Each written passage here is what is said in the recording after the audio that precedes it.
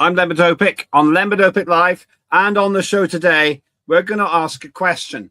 What on earth does the man who still thinks he's the Prime Minister in Britain think he's doing, telling us to pretty much prepare for war? Keir Starmer in Munich has tried to make fine words to look like a big guy. I put it to you, he's taken his eye off the UK ball, and he's not playing the ball right around the world.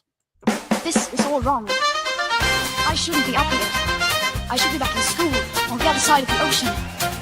Yet you all come to us young people for hope. How dare you! Boring.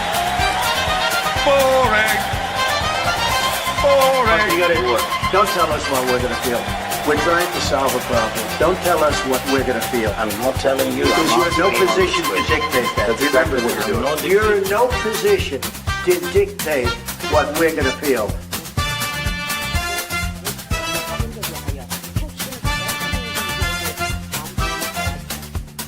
I call again for an immediate ceasefire in Gaza, the return of the sausages, the hostages.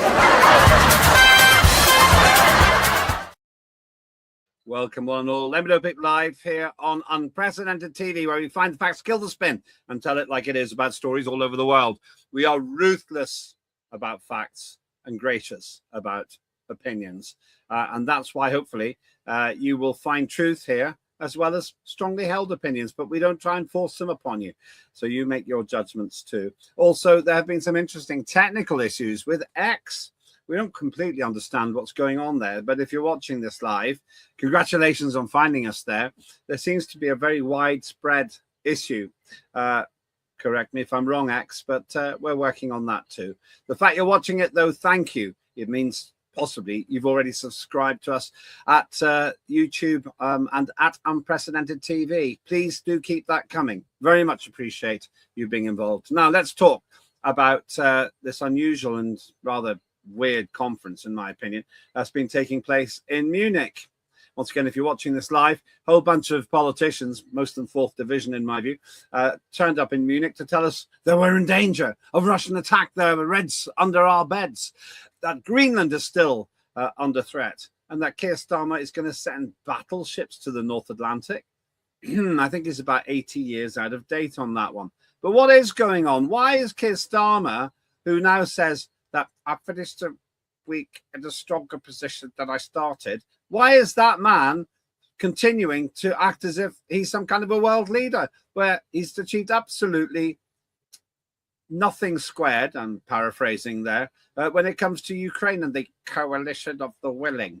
The coalition of the willing has done nothing apart from waste your money and mine and tons of lives in causing a fairly disorganized but relentless retreat of the Ukraine front. Well, joining me now, it's Warren Thornton, a man who I massively respect when it comes to these issues. Warren, good to see you. Just tell us again a little bit about your background. Thanks very much, Lembit. Yeah, I was a military sniper for 6 years. And then, of course, when I finished, I became, should we say, protection for people in war-torn areas, for obviously people, care workers and people like that, who were looking after people in war-torn areas. So we used to protect them. And of course, we've seen many conflicts which have been started by many different governments. And of course, both sides of the coin, it can be quite hairy. And of course, sooner or later, it comes a point where you have to stop doing that because your luck runs out. Yeah, I'd rather you than me. How many years did you do that? I did that for 8 years. That just sounds so risky. It sounds so dangerous. A bit like needing to get a double six 4 times in a row in a game of is it called craps? I don't know, something like that. Yeah, it tends to be that, of course, the good side of that is you make lots of contracts. First of all, in the should we say the caregiving aspect of it for people who run these charities who try to keep people safe, and you also get to meet lots of embassy and people that are military, or should we say embassy attaches, which are really military spooks in disguise. Well, the survival of the fittest means you must be fairly fit. Or maybe you were just very, very lucky. Either way, it's good that you're here. Somebody who doesn't share your luck is this man here, and obviously Keir Starmer there, who's now saying another ridiculous thing. Europe must be ready to fight, PM tells Munich Security Conference. Why should Europe be ready to fight? What's he talking about, Warren? Well, he's talking utter nonsense. He's trying to deflect from the utterly disastrous, shall we say, goings on at home. When it comes to the English Parliament, they always say, never hear Keir, for the simple fact that he's never in England. And of course, when he is, he stumbles from one disaster to another. If he thinks for 1 second that the British military are going to go out there and fight for him, he is completely and sadly mistaken. The British military is in no state to go and fight a war. He's talking absolute nonsense as per usual. He's talking a good game, but the British military is in no state to go and fight the Russians. What you've got to remember is Russia are now a battle-hardened force that has been fighting for 4 years against the second most battle-hardened force, of course, in Europe, which is the Ukrainian army. And the Ukrainian army are getting decimated. And all the nonsense they're coming out with about the numbers and everything else is complete nonsense. Now, we'd be going in there, should we say, like fresh-faced idiots. And, of course, that sort of thing happens quite often. The problem that we have, of course, we're not battle-hardened. We've never fought in a drone war. We'll be fighting inside of Russia and Ukraine. We don't know the terrain. We don't know the language.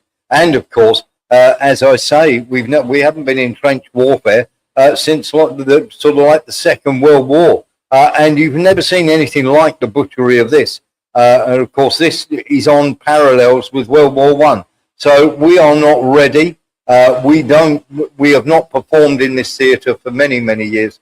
This is not chasing people around in Saudi Arabia or Afghanistan or Iraq or somewhere like this, or somewhere with a few soldiers, should we say, in places in Northwest Africa and places like this.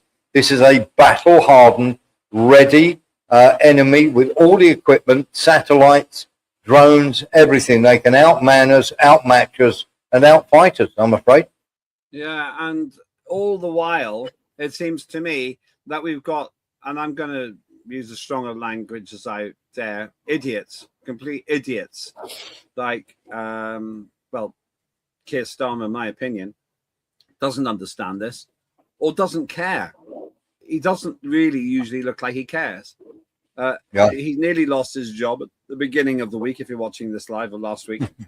Now he's going and pontificating around in other parts of the world, talking rubbish. Now, in my view, now this Munich conference thing, it just seemed strange, because not only this, but he started saying Britain's Brexit years are over, claims Starmer.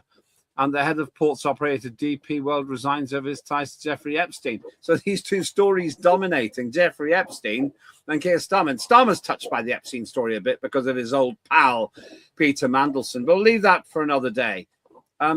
Starmer, not just satisfied with talking about war, he's also talking about us kind of drifting back into the European Union. But this sounds like a crazy thing to do, because the European Union is talking about war just like Starmer. They all seem to think that Russia's going to invade and conquer Poland. Yeah, it's simply not going to happen. What they're trying to do is boost and trying to keep the Americans on board. And now Ursula von der Leyen has turned around and said that it's absolutely crucial that America takes part in this war. That's not going to happen. The Americans are going to walk away. They have other priorities to deal with China in late 2027, early 2028. And they need to have this and Iran all wrapped up by then. And of course, there's very much nobody is going along with the sort of peace deal. Putin's certainly not going to do that. And until they address the issues that the Russians want addressed, the peace deal is never happening. People can talk about talks all they like until the Americans or the Ukrainians or us in Europe get it through our thick heads that this is a war that's already lost. There is going to be no peace deal, Lembit. End of story. I've been banging on this drum for ages and no one is listening. Let's talk about Volodymyr Zelensky, the professional comedian who is now in charge of Ukraine. Apparently doesn't think that there needs to be an election. I know you cover that in your show. But let's talk about the other part of this that you've mentioned. Rubio's Valentine's Day message to Europe: change or get dumped. Now, it's pretty much what you're saying. How do we need to change to not get dumped? Well, very simply, they want us to go full military. Rubio is, if you like, I always call him Little Damien because I think he's probably one of the most dangerous men on the planet.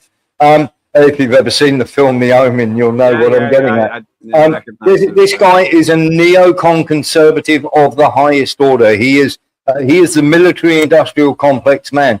And what he wants is them to go full military in Europe and take over the war against Russia. That means, of course, giving lots and lots of money. But the central message is no good, Lembit, because apparently, very simply, they will want them to buy more and more. They'll have to up their military spending, and they'll have to buy it from America, of course, quite a lot of their weapons, which feeds the military-industrial complex.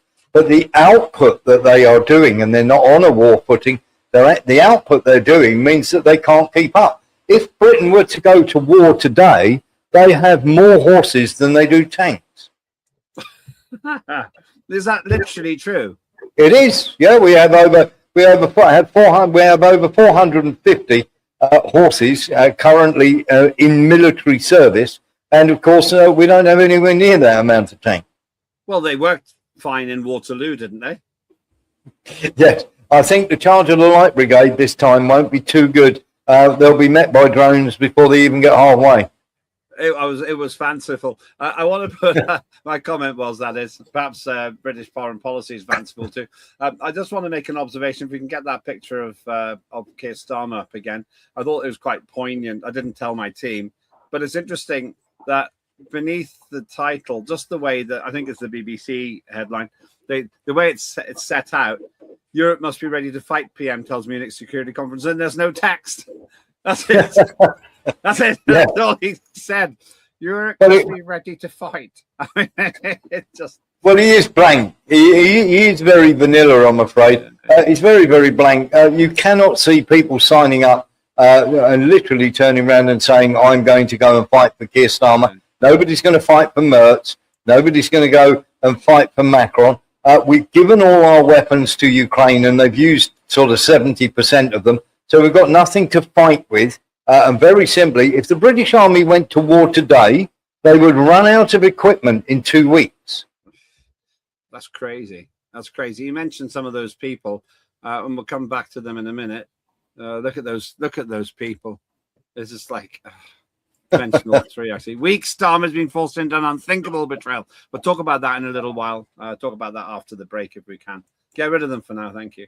But in the meantime, we do seem to have a bit of a problem, because you've got these doom-mongering headlines coming out of this Munich conference. What is this conference exactly? What is it?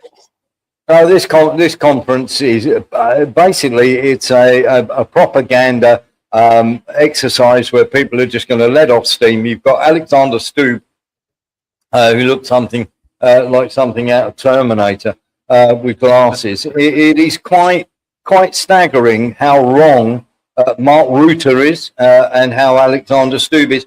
And let's be honest here, if they were winning this war, there wouldn't be a peace deal. They'd still be going forward and trying to break Russia into more and more pieces. And of course, Stubb turned around and said that, of course, Finland and Sweden have joined NATO, so that's an own goal for Vladimir Putin. Well, it's not, because Finland and Sweden have now joined NATO, and now they're cowering under the bed going, oh my God, what's going to happen now?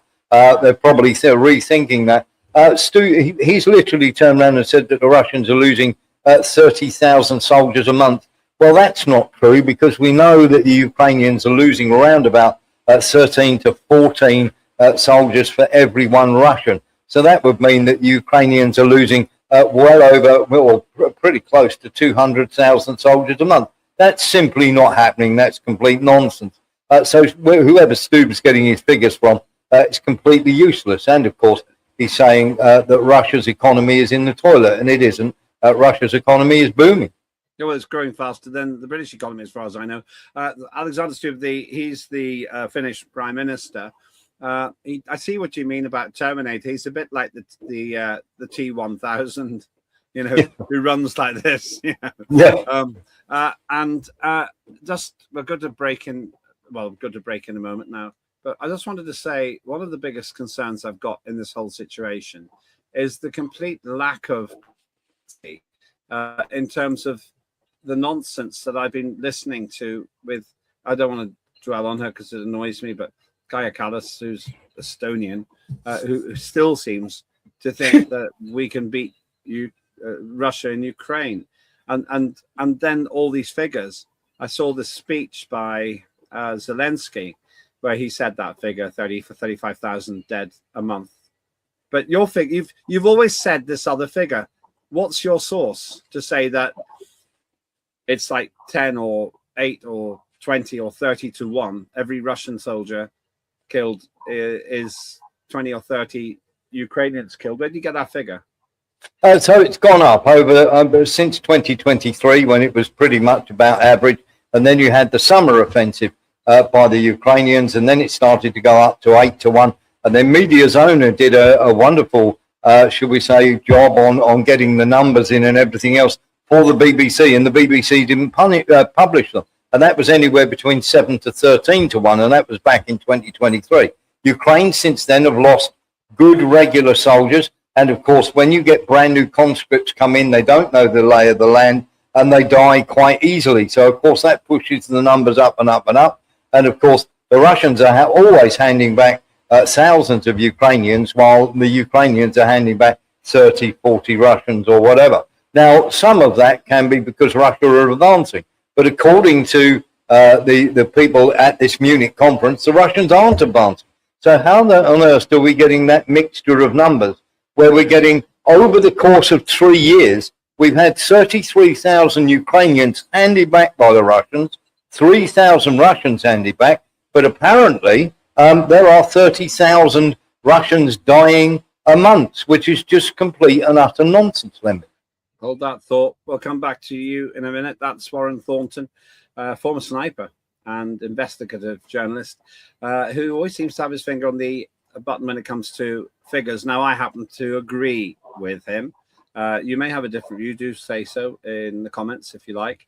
But the story so far, this Munich conference, Warren regards as a public relations exercise. America, frustrated with Europe, is saying, change or get dumped. The Valentine's Day message of Marco Rubio, who's one of the big shots in the Trump administration. And all the while, people are dying in Ukraine. And you don't see very much about that on television. After the break, I want to look more into what Zelensky has in store, whether Starmer has any credibility on this subject, and what's going to happen next. But first of all, let's celebrate. Tim Scott Uncancelled. He does the news review and looks at the papers so that you don't have to.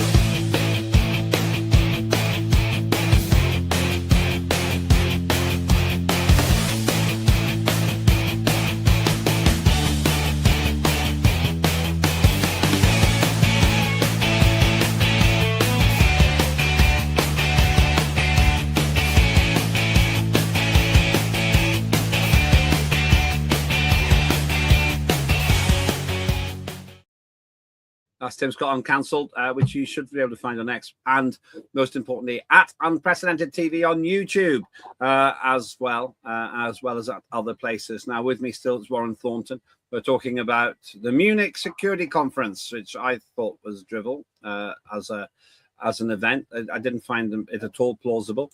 Warren, we're talking about the gang of three here, the three amigos, and this headline was interesting. It struck us as relevant. Weak Starmer has been forced into an unthinkable betrayal. PM has become notorious for about turns, and backbencher pressure brings another one as closer EU alignment beckons. It seems to me that the self-satisfied, smug Prime Minister, for now at least, Keir Starmer, oblivious to the fact that whatever his Labour MPs tell him, he is still the most unpopular Prime Minister in British history, as far as I know.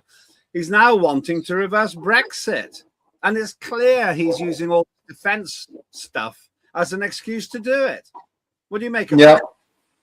No, you're absolutely right. He is a globalist. He's a wet, young global leader. He has never had any other thought but to take the UK back into Europe. That is absolutely clear. He's always been working towards this, no matter what he said. And of course, along with Merz and Macron and everybody else. They are the three most unpopular leaders in Europe. The economies are in the toilet. They are robbing Peter to pay Paul. They keep giving money to Ukraine. And what you have to remember is this 90 billion loan, and of course, the UK are giving quite a good chunk of that.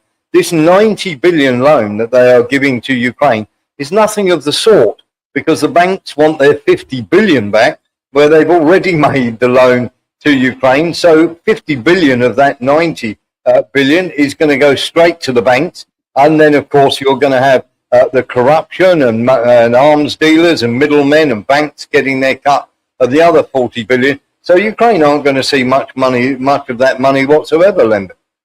Well, let's listen to what he said. And the reason I keep going back to the Brexit thing is because they're tied together. The Security Conference shouldn't be about this, in my view, if it was a serious conference.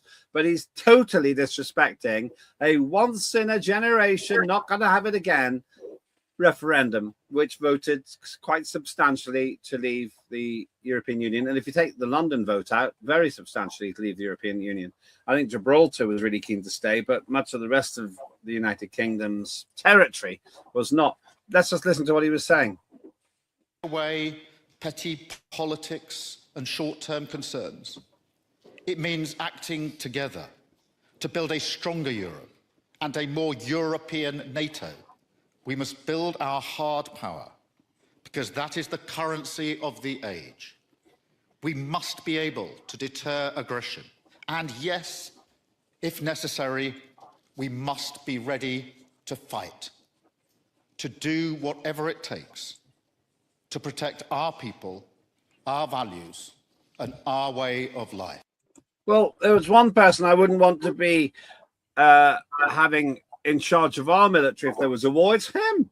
He can't even quell the civil war in his own party. He's going to almost certainly lose a by-election. If you're watching this live, you'll know if I'm right or wrong if you're watching it in the archive. A by-election in Gorton and Denton where they're going to come third and maybe even fourth. And this man is preaching a closer European unity with military intent. Give me a break. Yeah. Well, he can't protect our way of life. He can't stop the boats coming across the pond. So what he's going to do militarily, I don't know. He also can't protect the women of this country because he refused to have an independent inquiry into grooming gangs. But putting all that aside, when you look at what he's doing, obviously over there, it may surprise people to know that the former Speaker of the House, person who was very, very much, shall we say, got us embroiled in Brexit for 3 years, where they wouldn't actually have a proper vote on it and they wouldn't get out of Europe because John Bercow was stopping it, turned up at the Munich Security Conference. I don't wish to be a conspiracy theorist, but the man who tried very, very hard not to take us out of Europe suddenly turns up at the Munich Security Conference where Keir Starmer's talking about going back into Europe. How odd. And if there was any doubt about Starmer's unpopularity, it's whenever you disrespect democracy, whether you're for or against being in the European Union. It's quite obvious he's disrespecting democracy. We get all these headlines. The end of the world order as we know it, what the Munich Security Conference means for the UK. America signalled at a major security conference that it's ready to go it alone without its European allies unless they get serious about rearming. So basically, the Americans are trying to tell this fourth division shower, rearm or go it alone. I'm not being funny. Well done, Deborah. You've finally woken up. Deborah Haynes, who wrote the article. We've been saying this about America going it alone, that they were going to dump this in Europe's lap and run off into the sunset for almost the last year, saying that they were getting ready to dump it around 2026 and Europe will be left holding the baby. And of course, Europe are turning around and saying, well, we don't seem to have any nappies. Please stay with us and keep supplying us. So very, very simply, they've got a major problem because they haven't got any nappies for the baby. And without America, they're not going to be able to continue to look after this baby that is Ukraine and this war against Russia. If they try and do it, they're going to get absolutely flattened. And they know it. And the problem is America have got interests elsewhere. They've got interests in Cuba, they've got interests in Iran, and of course they've got China looming large in the distance with the Taiwan elections at the end of 2027. So all this has to be done by then. They certainly don't want to be bogged down in Ukraine. America have had enough of Ukraine. They gave it a go. It didn't work. Let's walk away. And the usual thing is let's let Europe deal with it. What they've actually done, Lembit, is very smart, because you're now paying at least double for your oil and liquid natural gas. You're buying all your weapons from America, and America are not going to be fighting. Yeah, well, we're actually buying them from America. America is now monetizing the Ukraine conflict. Yes. Let's just look at this. Putin's next move: 5 Russian attack scenarios Europe must prepare for from the Atlantic Council. Bottom lines up front. If Vladimir Putin can't win a clear victory in Ukraine, he will seek one elsewhere. A clear victory in Ukraine would embolden Moscow to further aggression. So in other words, either way, Europe must prepare to meet these threats with less American support. It's just saying we're going to fight Russia. Well, the outcome of that's pretty obvious. Who would you be more? Who do you think would be more likely to win that conflict? Vladimir Putin with his millions of troops, or Merz, Starmer, and Macron? I mean, come on, give me a break. I mean, Macron obviously doesn't realise what happened to Napoleon. Merz is one of these. He can hear the drums beating and the banners unfurling. One nation, one leader, one Germany. And of course, that's not going to work out too well. Keir Starmer is going to dither about and sit on the fence. We can't send more than 10,000 proper fighting troops into Ukraine. And here's the problem that we have, is they have totally missed the point here. That literally Russia are going to take the 9 oblasts that they want to have in the eastern part of Ukraine. And that includes Odessa. They're now blocking Odessa as a port. And sooner or later, they're going to march in there. And Russia have got time on their hands. This is what people don't understand. They're all going, oh, Russia isn't moving forward. It is denazifying Ukraine with every passing day. And of course, eventually, Ukraine will just run out of troops. And they call it Komodo dragon tactics, which was very much something that happened when Napoleon invaded and they retreated into the hinterland. And then when literally Napoleon's troops went, it's too cold, we haven't got any weather gear, we need to start marching and retreating out of Moscow. As they started going out of Moscow, the Russians hit them from that side, rather like Komodo dragons, taking a bite here, a bite there. And they waited until Napoleon's army was so weak, and then they just dived in and ripped them to shreds. Now, Napoleon's army started off 800,000 strong. When it came out, it had about 60,000 troops left. And this is exactly what's happening to Ukraine.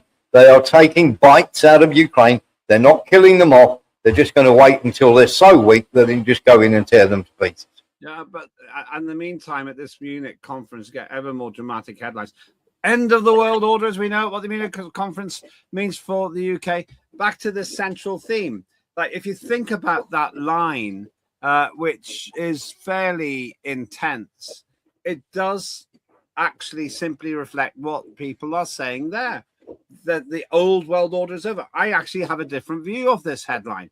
I think this is Trump and the Americans saying, you are such a bunch of fourth division losers that we can't do business with you anymore. That's what I think Trump's saying, because you're just looking at political minnows. I mean, Merz, Macron, Starmer. What's happened? We at least had second division players before. These people are fourth division. Sometimes, occasional first division, not always on my side. I mean, you look at Blair. I may not have agreed with Blair on a lot of stuff, but he was really big character. Thatcher, I disagreed with her even more, but she stood proud on the world stage. Her and Reagan and Gorbachev. You knew those three people were running the world. Now Xi Jinping, Trump probably, and Putin and Modi coming up the rear as well. But Starmer's not there. Let me give you a piece of advice here. Imagine it's a horse race, and Europe literally. The Americans have bet all their money on the horse that's in last place and there's no chance of winning. And they've just sold They've just sold their betting slip to the Europeans. That's exactly what's going on here. That's it. But then they've also got political giants of their own at the conference. There's one, Ocasio-Cortez, AOC, I think she's known as, offers a working class vision in Munich with some stumbles. Speaking at Europe's largest security conference, she tied income inequality to the rise of authoritarians and offered a forceful rebuttal to President Trump's worldview. Yeah, and she made mistakes. I have never thought she's much good. She sits there in all her self-importance. Trouble is, Lembit, we've got Alexander occasionally compos mentis turning up and trying to make out she's some sort of heavyweight. But the problem is she's already turned around and said we've got to turn USAID back on and all the, shall we say, the NGOs where the money flows in. And of course, that's where most of the corruption was that they'd shut down. So she's not exactly the brightest chocolate or the smartest cookie that you could possibly imagine. To be one of those, I think she's about as much use as an ashtray on a motorbike. And the problem that we've got is we've got Hillary Clinton there as well. And when you look at some of the figures that are turning up, this has turned into a joke. We've got the former prince of Iran, or shall we say the exiled prince of Iran, meeting Zelensky. I mean, this is just manna from heaven. The Russians, the Chinese, the Indians, everybody that I speak to are just laughing at this whole conference, Lem. Meanwhile, Zelensky says there's been big progress. I watched his speech. He always has that talking voice. It's irritating to listen to. But that's maybe not his fault. Fair play, his English has improved massively, but the content has not. So he's going around doing his usual thing, send me more money and fight my war. Yes. And I just don't find him credible. He meets Rubio. I'm sure that Trump just doesn't respect him. He actually said he needed to sort things out. And I saw just recently that Zelensky said that 90% of Ukrainians don't want to have an election. I think you covered it in your show as well. Yeah, absolutely. This is complete nonsense, of course, because they have turned around and said the Ukrainians, those that are allowed to vote, of course, have gone 70%. Now, you've got to remember, he's literally the guy sitting next to him. Is Rustem Umerov, who's the defense secretary, who was completely embroiled in the scandal of money and everything else, the laundering of money and everything else. And now Zelensky is just a puppet. He is useful as long as he's doing what the Americans want. Every now and again, he gets an idea that he actually runs his country, which, of course, is not true. He just does what he's told and, of course, goes along with the problem with Zelensky is that he's believed the Europeans a lot of the time, which has angered the Americans. He's meant to be doing what the Americans want, and they don't want him stepping out of the box. And when he goes and does what the Europeans want, of course, that's when we get a problem. But whichever way, he's owned either way. He's no better than Starmer, who's really provoked a lot of people. There's another headline: Starmer to invoke anti-spirit of Brexit. Munich speech.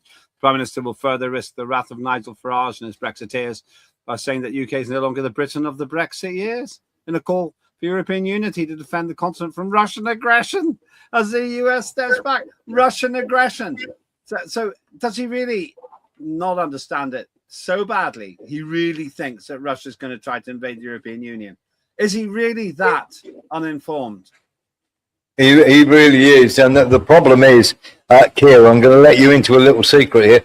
France have still been buying LNG and oil from Russia under the table. Ursula von der Leyen has done a deal with India, where India are going to be supplying, of course, their LNG and oil. And, of course, we know full well that that's coming from Russia. And, in fact, Donald Trump absolutely lost the plot about it a couple of weeks ago when he found out that that was the case. And, of course, he put the European tariffs up, of course. And then, of course, he turned around and said that India are not going to buy their oil from Russia, but they still are. So there's a lot of people that are all going, we're not going anywhere near Russian oil, but everybody's having it. Yes, well, I would say that when you've got those people, there they are again, Starmer, Macron, and Zelensky, thinking that they are in some significant way world important. well, all three of them have been made to look like idiots, Yes. like fools. Macron, when he went to see Putin, was put at the end of a really long table. It was hilarious. He was, It yes. was hilarious. And Starmer was totally shown up in Egypt when he went there for the photo op. Oh, we got the photo op, all right. Where's the United Kingdom? Where's the United Kingdom? And he glances. Starmer glances at the microphone, clearly thinking he's going to be asked to say a few words about a special relationship. and Trump just turns his back, and Starmer has to go to the back again. And then Zelensky, who, frankly, seems to have to walk away from all his former associates and number twos because they've been caught up in corruption scandals. And those are the people that are going to win it for Zelensky. I don't think so. I mean, does anyone actually seriously think that Zelensky can do anything other than kill more people while making a slow retreat? Yeah, it's just not going to happen. There is not, and the problem that we have, Lembit, is the two people who just might be able to talk to Putin, of course, are Orban, and of course, Serbia might be one of those, but Orban would be the necessary go-to guy. And already Zelensky is completely almost at war with Hungary, and some of the things he said about Hungary, they just go off. He's just gone off the deep end. So, of course, Hungary are not well disposed towards him. The one guy who could have saved your country, what's left of it, you've just upset completely. It's an absolute shambles, Lembit. Where can people get more insight on your shows, Warren? Monday to Friday, 6 p.m. to 8 p.m. GMT, and of course on Sunday night, 7 p.m. to 9 p.m. Of course, with a wonderful, unprecedented Lembit Öpik. Thank you so much. And after the show, I'm going to tell you a little bit more about what's going to happen. And it's all great news. That's Warren Thornton. And sooner or later, we're going to let you know as well. We're making some pretty exciting moves here at Unprecedented. A new collaboration coming up in a matter of weeks. Thank you to Warren. Let me just add two more thoughts. One is I just cringe when I see these pointless conferences making Dreamtime comments in a fantasy politics environment, and it's just costing us money and lives. And the second thing is, if I was America, I'd probably walk away as well and come back when some professionals have taken over the reins in the European Union and also in the United Kingdom. In the meantime, though, thank you very much for watching. Please do like and subscribe at Unprecedented on YouTube. And thanks very much indeed for sticking with us with some technical issues, which apparently are affecting a lot of people on some of these sites. But we're fixing it all. You're going to have unfettered access to a whole lot more very, very soon. I'm Lembit Öpik. That was Lembit Öpik Live on Unprecedented TV. Do please, as I say, like and subscribe. I'll see you soon.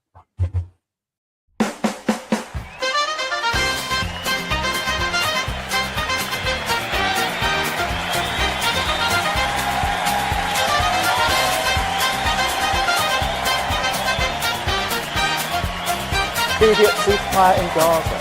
The return of the sausages.